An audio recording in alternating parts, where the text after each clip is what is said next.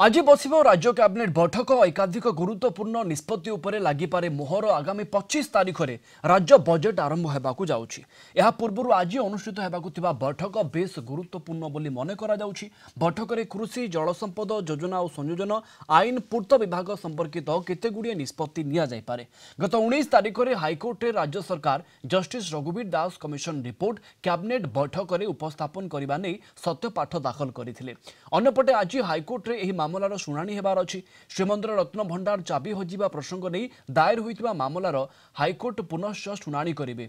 Justice रघुवीर दास commission report को सार्वजनीन करने नहीं एही मामला रुजु होइछि। 2018 नवेम्बर मासरे रघुवीर दास कमिशन राज्य सरकार निकट में 324 पृष्ठार चाबी होजिबा तदंत रिपोर्ट दाखल करथिले, किंतु एही रिपोर्ट सार्वजनीन होई नथिबारु पुरीर दिलीप कुमार बराल हाइकोर्ट को द्वारस्थ होइछन्ते।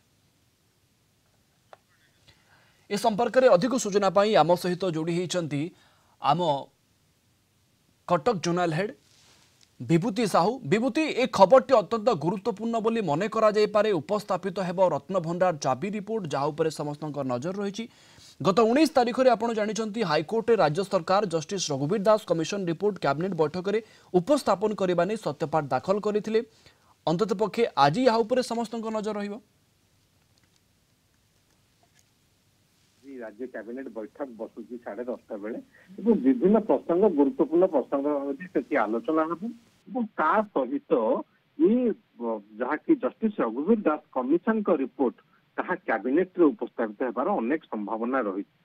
गत जून 19 तारिख जो माननीय हाइकोर्ट को निकट में मुख्य विचारपति खंडपीठ में मामलार शुणाणी थिला से समय राज्य सरकार पक्षर राज्य सरकार गृह विभाग पक्षर अवगत करा जे यहाँ राज्य कैबिनेट रे उपस्थापित हेबो एवं उपस्थापित हेबा परे यहाँ सार्वजनीन हेबो ए रिपोर्ट एवं जो रिपोर्ट जे चाबी भली परिस्थिति रे होजिला चाबी काहेकि होजिला ये एथिपाई दायी ये समस्त विषय रे जहाँ कि 2018 मसीह जून मासरे ए एक कमिटी करथिले जहाँ कि गोटे कमिशन गठन करथिले राज्य सरकार एवं से कमिशन जस्टिस रघुवीर दास कमिशन ताहा 324 पृष्ठार चाबी होता तदंत रिपोर्ट राज्य सरकार निकट में गृह विभाग निकट में दाखल कर सार्वजनीन ही नहीं ताकू नहीं चैलेंज करा दिलीप कुमार बराल हाइकोर्ट को द्वारस्थ होते से प्रेयर करथिले जे सार्वजनीन करा जाऊ सहित मंटी मंटी प्रेयर थिला।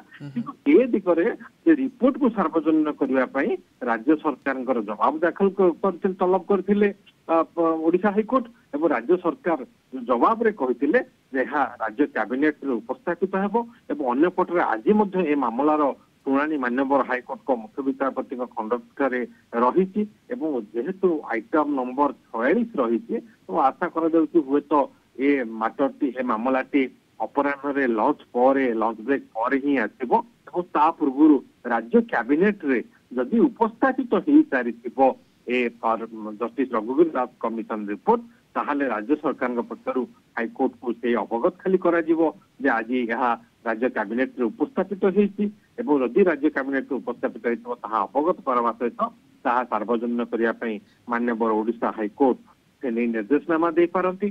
तेणु प्रथम कथा होउछि जे राज्य कैबिनेट रे उपस्थापित हेउछि कि नहीं जस्टिस रघुवीर दास कमिशन का रिपोर्ट एवं जदि उपस्थापित हेउछि माननीय हाइकोर्ट रे आज शुणाणी समय एने कौन आलोचना होउछि कौन निर्देश रहुछि माननीय हाइकोर्ट करो ताहा देखिबार कथा। ये होछि बड़ खबर कहा जाय पारे। आपनको अनेक अनेक धन्यवाद विभूति आम सहित जोड़ी होते आम सीनियर लीगल रिपोर्टर विभूति साहू ये बड़ खबर उपर आमको अधिक सूचना दौले। आपको धन्यवाद विभूति अधिक सूचना पाई।